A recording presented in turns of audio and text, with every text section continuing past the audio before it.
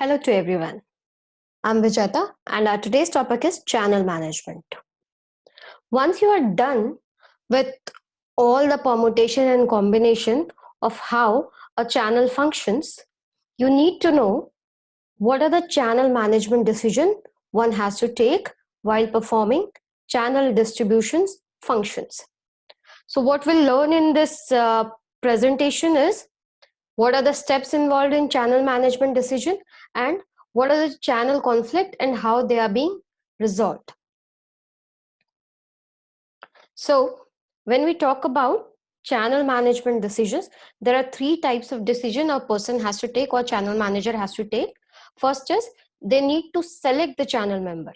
मतलब हमारा होलसेलर कौन होगा, हमारा रिटेलर कौन होगा, हम फ्रेंचाइजी किसको देंगे, किसको अपने पार्टनर्स बनाएंगे, कौन हमारे एजेंट्स होंगे, ये सारे डिसीजन लेना सबसे फर्स्ट डिसीजन है जो चैनल मैनेजर को लेना पड़ता है.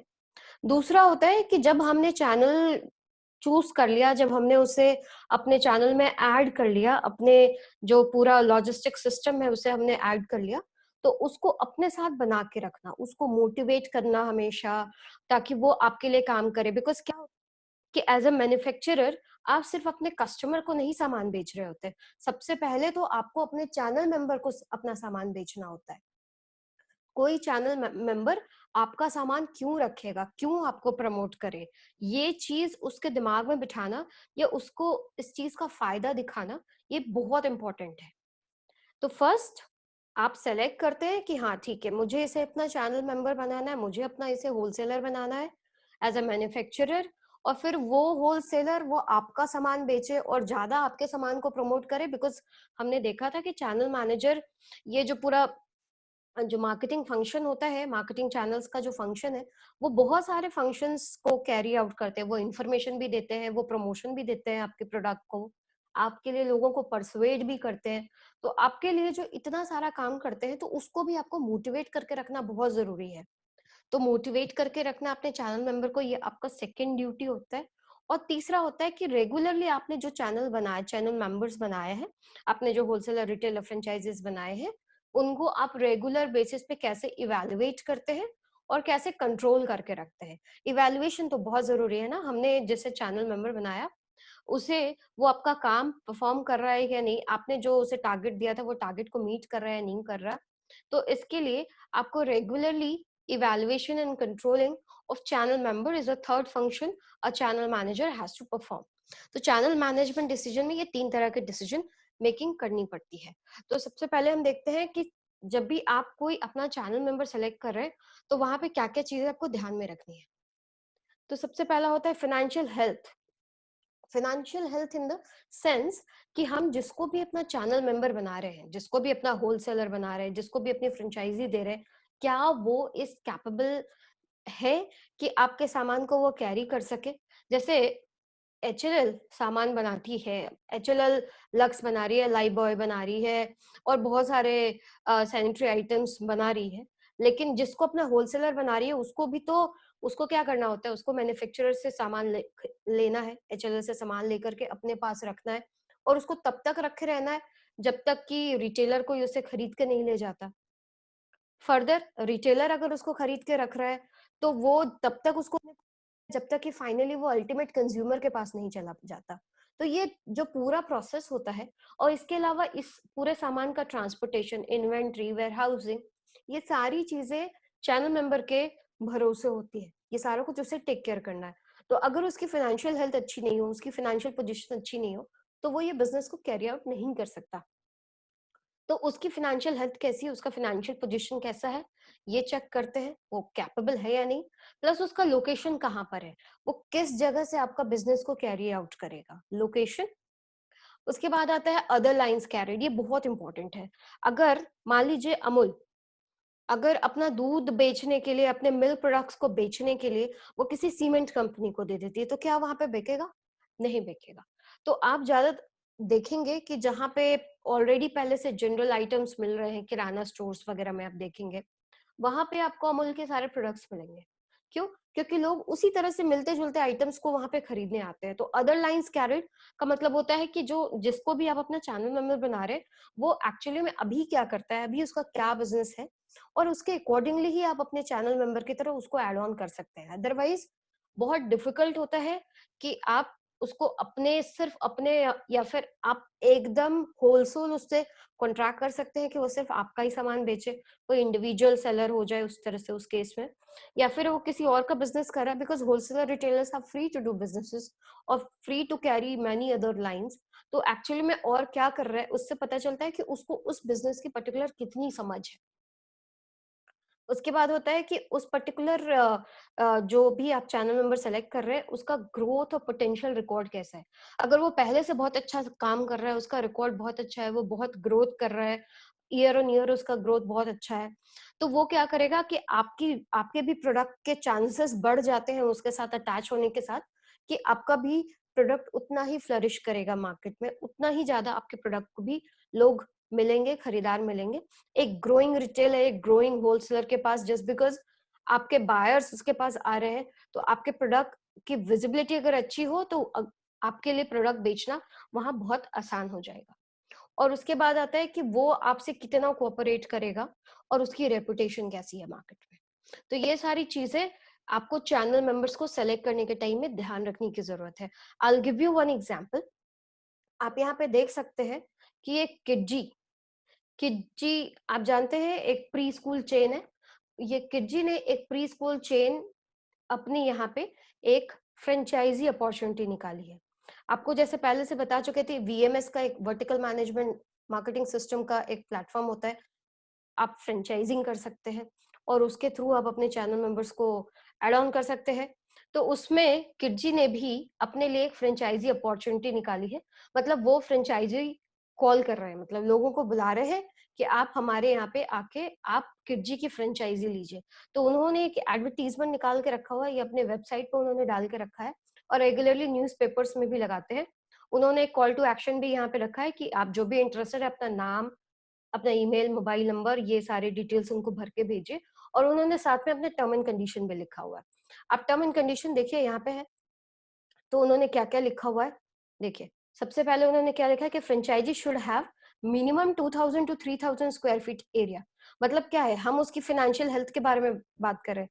2000 से 3000 स्क्वायर फीट का एरिया होना चाहिए। लोकेशन, फाइनेंशियल हेल्थ हमने बात करी। देखिए, यहाँ दूसरा आप देखिए, one time initial investment will be in the range of 12 lakh to 15 lakh. मतलब ऐसे ऐसे लोग, ऐसा इंडिविजुअल या ऐसी कंपनी या ऐसा ग्रुप जो कि एक बार में 12 से 15 लाख रुपए खर्च करने की कैपेसिटी रखता हो, जिसके पास पहले से 2000 से 3000 स्क्वायर फीट एरिया हो, एक अच्छे residential location in the city. Residential because क्या होगा, कमर्शियल स्पेस में हम बच्चों के स्कूल को नहीं खोल सकते। बच्चों का school, pre school has to be in a residential area only. तो और उन्होंने लोकेशन को भी पूरा स्पेसिफाई करा है, देखिए, प्रिफरेबली इंडिपेंडेंट विला और bungalow with separate boundary wall with outdoor play area. मतलब लोकेशन कैसा होना चाहिए उन्होंने पूरा स्पेसिफाई किया है कि आपका जो लोकेशन है वो एक खुला एरिया भी होना चाहिए, साथ में एक बंगलो या एक इंडिपेंडेंट विला होना चाहिए जिसमें कि एक प्लेग्राउंड भी हो और चारों साइड से आपके बाउंड्री वॉल किए हुए होने चाहिए। क्यों? क्योंकि बच्चों का स्कूल चलाना है, बच्चों को सेफ रखना है। तो ये सारे टर्म एंड कंडीशन उन्होंने डाल दिया है। साथ में जो सेकेंड स्टेप हमने बात करी थी कि मोटिवेट करके रखना, मोटिवेशन में एक बहुत इंपॉर्टेंट टूल होता है ट्रेनिंग। तो उन्होंने ये भी लिख रखा है कि जो भी फ्रेंचाइजी आएगी उसको वो लोग ट्रेन भी करेंगे कि कैसे बच्चों के को हैंडल करना है, कैसे प्री स्कूल को चलाना है। तो these all other things are mentioned in this advertisement, जो कि आप किडजी के वेबसाइट पे जाकर के भी देख सकती हैं। तो this is how channel members are selected. Once channel members have been selected, उसके बाद क्या करते हैं हम, उसके मोटिवेशन पे काम करते हैं। मोटिवेशन क्या होना चाहिए? मोटिवेशन ऑब्वियसली पॉजिटिव और नेगेटिव मोटिवेटर्स होते हैं। आपको, आप नॉर्मली स्कूल में जाइए, आप सब पढ़ने लिखने वाले हैं, स्कूल्स में हैं, तो स्कूल्स में, अपने कॉलेजेस में हैं, तो एक बच्चा होता है जो टॉप आने की खुशी में कि हाँ मुझे टॉप आना है, तो that is their positive motivator. और दूसरा बच्चा होता है कि कहीं मैं फेल ना हो जाऊं, इस डर से पढ़ता है, तो दैट इज नेगेटिव मोटिवेटर। तो मोटिवेशन दो तरह का होता है, पॉजिटिव एंड नेगेटिव, उसको रीइंफोर्समेंट भी कहते हैं, positive reinforcement and negative reinforcement. तो सबसे पहले हम पॉजिटिव मोटिवेटर्स की बात करेंगे। तो चैनल मेंबर्स के केस में क्या क्या पॉजिटिव मोटिवेटर्स होते हैं? तो सबसे पहला होता है हायर मार्जिन। हम उनसे बोलते हैं कि अगर आपने ये टारगेट अचीव करा तो हम आपके मार्जिन को बढ़ा देंगे। क्यों? क्योंकि होलसेलर, रिटेलर्स, फ्रेंचाइजीज जितने भी हैं वो किसी ना किसी फिक्स कमीशन या रॉयल्टी या फीस के बेसिस पे काम करती है। तो उनका जो पूरा बिजनेस होता है वो मार्जिन पे बेस्ड होता है। कितना कमीशन मिल रहा है, कितना मार्जिन मिल रहा है, कितना कट ऑफ है उनके पास। तो जितना ज्यादा उनके पास मार्जिन होगा वो अपने बिजनेस में उतना ही ज्यादा उनको फायदा मिलेगा। तो इसलिए आप हायर मार्जिन को भी एक मोटिवेशन टूल की तरह इस्तेमाल करते हैं कि अगर आपने अच्छा बिजनेस किया तो हम आपके मार्जिन को इंक्रीज कर देंगे। दूसरा होता है स्पेशल डील्स।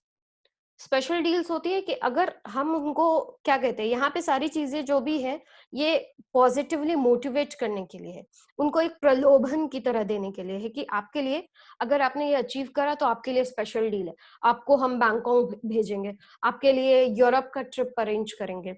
तो these are some special deals जो हमेशा एक पॉजिटिव मोटिवेटर की तरह काम करता है। उसके बाद प्रीमियम्स होता है, बहुत सारे प्रीमियम्स आपको मिलेंगे। आपको हो सकता है कि ज्यादा कैश मिल सकता है, आपको हो सकता है कुछ एडिशनल बेनिफिट मिले कंपनी के तरफ से। अब वो भी एक पॉजिटिव मोटिवेटर की तरह हो सकता है आपके डीलर के लिए। उसके बाद होता है कोऑपरेटिव एडवर्टाइजिंग अलाउंसेस। ये बहुत इंपॉर्टेंट है, कोऑपरेटिव एडवर्टीजमेंट अलाउंसेस, बिकॉज हर किसी को चाहिए कि उसका बिजनेस डिस्प्ले पे होना चाहिए, लोग उसके पास आए और उसका सामान खरीदे। और होलसेलर और रिटेलर के लिए तो बहुत बड़ा चैलेंज है, क्योंकि बहुत सारे होलसेलर्स हो सकते हैं, बहुत सारे रिटेलर्स हो सकते हैं, तो उसके बीच में उनके यहाँ पे लोग क्यों आए खरीदने। इसके लिए एडवर्टाइजिंग बहुत इंपॉर्टेंट रोल प्ले करता है वहां पे। तो और एडवर्टाइजिंग फ्री में नहीं होता, खर्चा बहुत होता है एडवर्टाइजिंग में। एडवर्टाइजिंग तो आप हमेशा ही जानते हैं, it is a paid form of communication. तो बहुत बार कंपनियां क्या करती हैं कि जो रिटेलर्स होते हैं या उनके होलसेलर्स होते हैं, उनके एडवर्टाइजिंग कि वो क्या क्या सामान वहां पे अपने पास रखते हैं, किस तरह का फैसिलिटीज देते हैं, उनके एडवर्टाइजिंग का खर्चा या तो पूरा का पूरा खर्चा वो उठाती है या तो वो कॉपरेट करती है उसमें, कि आपके एडवर्टाइजिंग का हाफ खर्चा, 75% खर्चा, या फिर आपके यहाँ पे जो भी बोर्ड्स लगेंगे वो हम लगवा देंगे।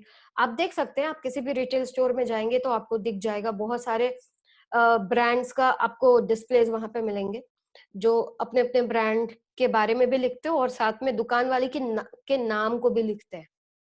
तो आपको पॉजिटिवली वो मोटिवेट करता है। बिकॉज क्या है कि जो रिटेलर है उसको उतना खर्चा आता, मान लीजिए कि उसके पास एक 10x10 का उसने बोर्ड लगाया, 10x5 का बोर्ड लगाया, ग्लो साइन बोर्ड, तो 200 रुपए के हिसाब से भी अगर हम उसका रेट लगाते हैं तो भी आराम से उसका 10,000 रुपए का खर्चा आ जाता है, 10,000। तो वो 10,000 रुपए उसके बच गए, वो कंपनी उसको दे दे रही है। तो कोऑपरेटिव एडवर्टाइजिंग करती है, डिस्प्ले अलाउंसेस देती है कंपनी, उसके यहाँ पीओएस के ऊपर काम करती है, जो पॉइंट ऑफ सेल होता है वहां पे काफी सारा डिस्काउंटेड ऑफर्स देती है अपनी तरफ से। पूरा उसके स्टोर को सजाने में जितना हेल्प करना होता है, डिस्प्लेस को जितना बेहतरीन करने में हेल्प करना होता है, वो सारा कुछ चैनल मेंबर्स के लिए नीज करती है in order to make them motivated, positively motivated to sell their products. और इसके अलावा सेल्स का कॉन्टेस्ट भी चलता रहता है, रेगुलर सेल्स कॉन्टेस्ट, अगर आप इतना अचीव करेंगे तो आपको ये गिफ्ट मिलेगा, ये अचीव करेंगे तो इतना गिफ्ट मिलेगा। तो these all are positive motivators. तो पॉजिटिव तो हो गए, बहुत अच्छे हैं कि हाँ पॉजिटिवली आपने लोगों को बहुत मोटिवेट कर लिया। लेकिन दूसरा होता है नेगेटिव मोटिवेटर्स। ये एक रेड में इसलिए लिखा बिकॉज नेगेटिव मोटिवेटर्स की तरफ कंपनीज को नहीं जाना चाहिए।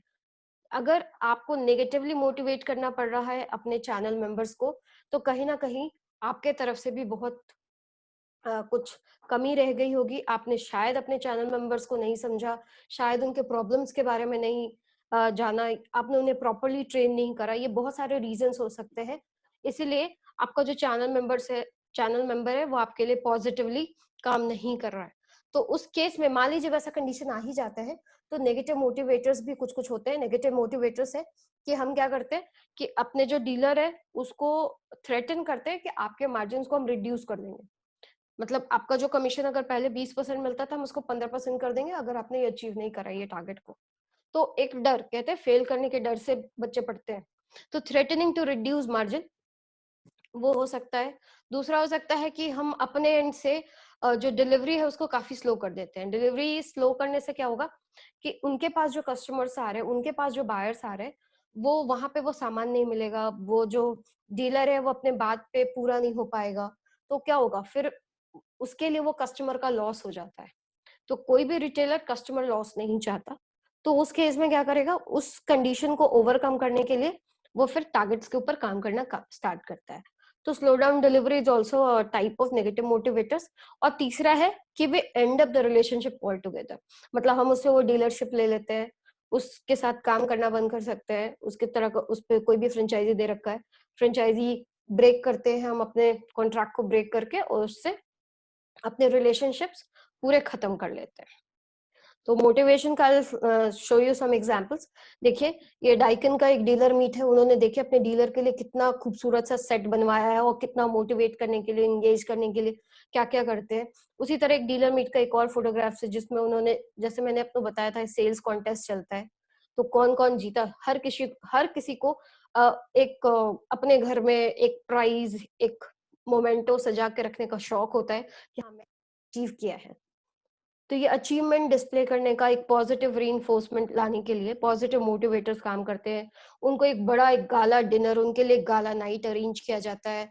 दिस एग्जांपल ऑफ एसीसी जो अपने डीलर्स के लिए करती है। ओरिफ्लेम जो कि एक डायरेक्ट मार्केटिंग कंपनी है, जीरो लेवल पे काम करती है, उन्होंने भी रख रखा है कि आप अगर ये डिफरेंट डिफरेंट स्टेजेस है, अगर आप इसको क्रॉस करते जाएंगे तो this is the amount of money you will be getting. तो ये सारे पॉजिटिव मोटिवेटर्स की तरह काम करते हैं। पॉजिटिव मोटिवेटर्स के बारे में ही हम बात करते हैं। Negatively, company should never go for negative motivators. उसके बाद आता है इवैल्यूएशन। इवैल्यूएशन कैसे करेंगे, व्हाट आर द थिंग्स जिसके ऊपर हम इवैल्यूएट करेंगे। तो किसी को इवैल्यूएट करने के लिए हमको सबसे पहले क्या करना पड़ता है, एक बेंचमार्क रखना पड़ता है। तो बेंचमार्क यहाँ पे क्या होगा, अग्रीड टारगेट्स, हमने उन्हें कितना टारगेट दिया था और विजिबल उसने उन्होंने उस पर कितना अचीव किया है। तो क्या क्या पॉइंट्स है जहां पर हम टारगेट्स रख सकते हैं और उस पे एक्सपेक्ट करते हैं कि वो अचीव करें। तो सबसे पहला होता है सेल्स कोटा। हमने उन्हें जितना सेल्स के लिए कोटा दिया था कि इतना उनको सेल्स अचीव करना है, उन्होंने वो करा या नहीं करा। दूसरा होता है कि एवरेज इन्वेंट्री लेवल वो कितना मेंटेन कर रहे हैं।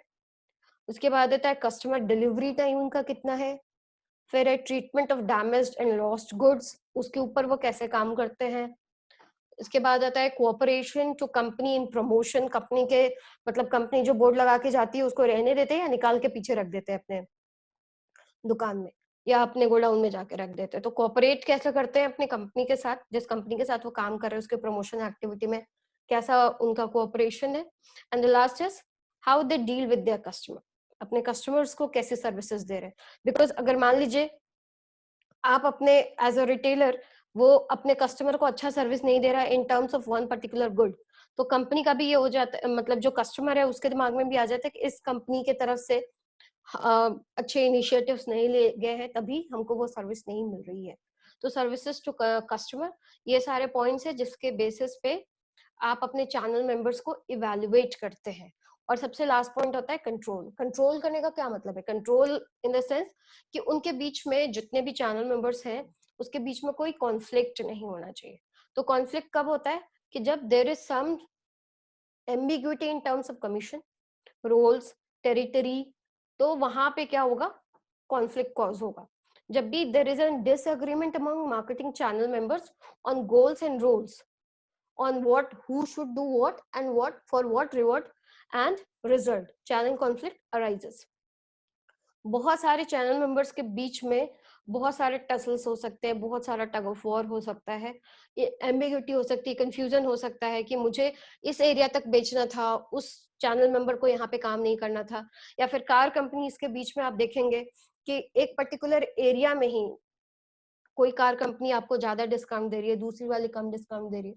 तो जो ज्यादा डिस्काउंट दे रही है उसकी वजह से जो दूसरी कंपनी जो कम डिस्काउंट दे रही है, मतलब जो चैनल मेंबर है डीलर, वो अगर कम डिस्काउंट दे रहा है तो they are selling the same car, लेकिन फिर भी कस्टमर का झुकाव क्या हो जाएगा, उसके तरफ जिसके पास डिस्काउंट ज्यादा है।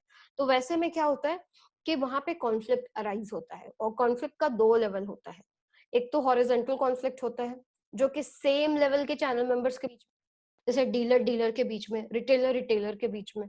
और वर्टिकल कॉन्फ्लिक्ट हो सकता है जो कि एक हायरार्की के चैनल मेंबर्स के बीच में होता है। एक हायरार्की मतलब हो सकता है हम अपने रिटेलर, एक रिटेलर अपने होलसेलर से गुस्सा है, एक होलसेलर अपने रिटेलर से गुस्सा है कि नहीं तुम्हें नहीं माल दूंगा, तुम्हें सामान नहीं दूंगा, इस तरह के। तो वैसे केस में क्या होता है कि एज अ चैनल मैनेजर आपकी रिस्पॉन्सिबिलिटी बन जाती है कि आप क्लैरिटी ऑफ गोल्स रखें, मतलब किसको क्या करना है और क्या करने पे उसको कितना रिवॉर्ड मिलेगा, और और भी जितने भी एलिमेंट्स जो उनके बीच में कॉन्फ्लिक्ट अराइज कर सकते हैं, इस तरह का कुछ भी एक्टिविटी है उसको कंट्रोल करना और उसको अच्छे से प्रॉपरली मैनेज करना। These all are functions of a channel manager, जो कि आपको चैनल मैनेजमेंट में करना पड़ेगा। So this is all about channel management. Thank you very much. Do write to me on vijayata.rwc@gmail.com if you wish to write, if you have any question or query. You can also comment in the comment box, and do like, share and subscribe my channel. Thank you very much.